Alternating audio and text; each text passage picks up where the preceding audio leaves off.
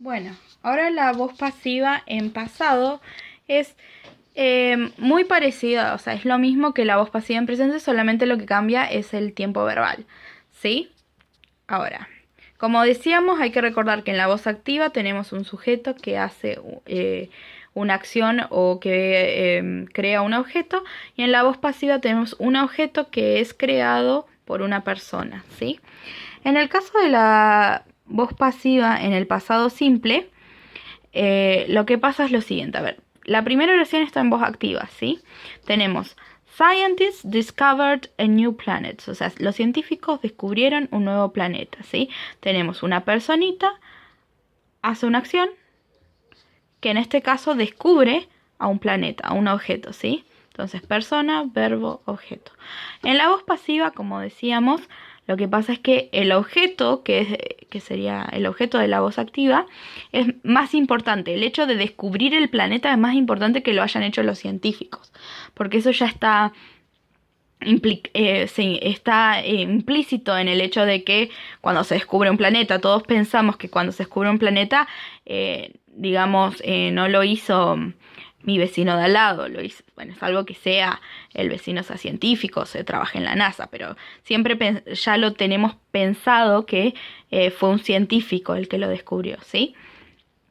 O alguien de ese rubro. Entonces es más importante el hecho de que el planeta haya sido descubierto. Entonces por eso es que el objeto de la voz activa va a pasar a ser el sujeto en la voz pasiva, ¿sí? Y lo vamos a poner al frente. Como pasaba en la voz, en el presente simple, en la voz pasiva en el presente simple, este cambio que hacemos genera cambios en el verbo. Entonces, para conjugarlo, ¿sí?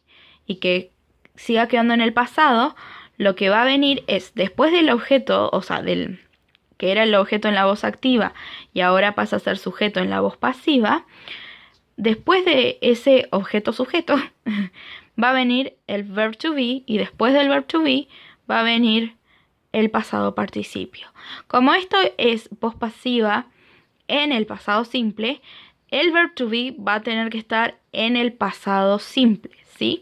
O sea, va a ser el was o el were. Y va a ser was cuando es un singular, un singular pronoun o una sola persona.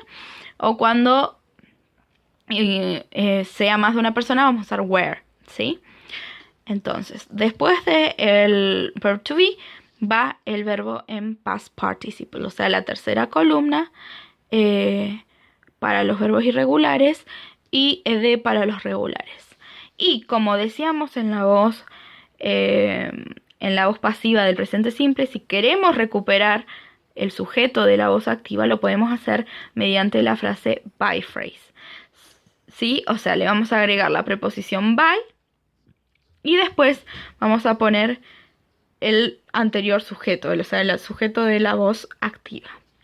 Entonces recordar esto, que esto es para todos los tipos de voz pasivas que vayan a ver en la vida, siempre es así. Voz activa es sujeto, verbo, objeto, y voz pasiva es objeto, o sea, objeto entre comillas, porque ya sabemos que en la voz pasiva pasa a ser el sujeto, pero objeto, verb to be, verbo in past participle, y si queremos recuperar el sujeto, by phrase, ¿sí? En este caso, como hablamos de voz pasiva en el pasado simple, el verb to be va a estar en el pasado simple, o sea, va a ser was o were. Y el pasado participio ese no cambia. Tanto en voz pasiva del presente como en la voz pasiva del pasado, el past participle siempre es el de la tercera columna. Y bueno, entonces eso sería todo. Espero que les haya servido la explicación, les haya refrescado algunos conceptos, y cualquier cosa me preguntan. Bye bye.